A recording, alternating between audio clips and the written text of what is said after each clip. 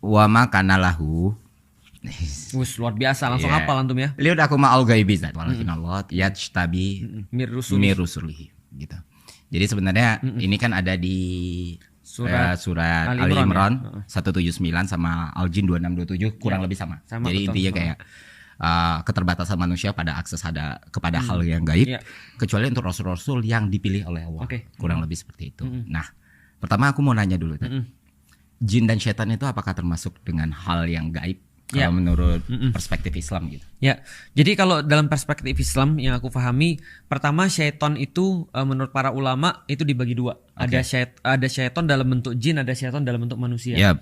Nah, dan di dalam Islam tuh goib itu adalah perkara-perkara yang tidak diketahui oleh manusia. Itu goib Baik. artinya. Nah, lawannya kan zohir, Ya. sesuatu yang terlihat oleh manusia atau diketahui. Berbentuk. Nah, maka berbentuk fisikal ya. Artinya kalau jin itu ya berarti memang termasuk perkara yang goib di dalam Islam.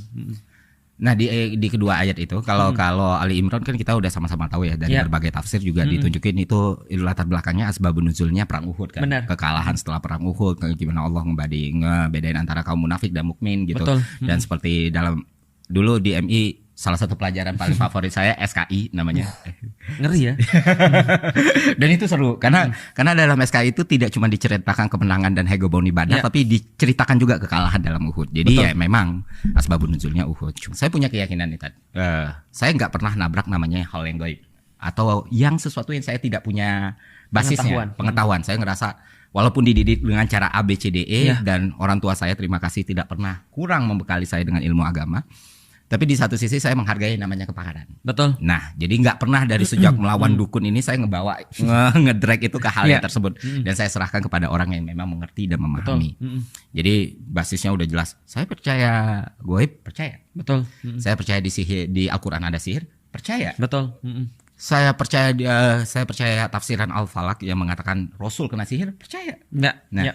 tapi ketika diminta, apakah saya percaya ada orang yang bisa bekerja sama dengan jin untuk meledakkan ke perut orang atau menanam paku di perut orang?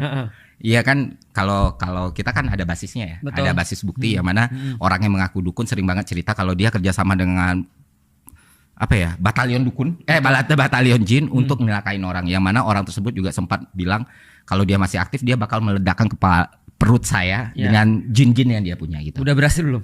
Enggak. Tapi udah minta maaf sudah. Nah, dari situ saya bilang akhirnya karena emang tidak pernah mau masuk ke ranah ini. Saya bilang yang saya lawan itu santet Indonesia. Santet dalam definisi tahun 97, santet dalam definisi lebih besar yang mana kalau santet itu dikatakan racun, trik sulap segala macam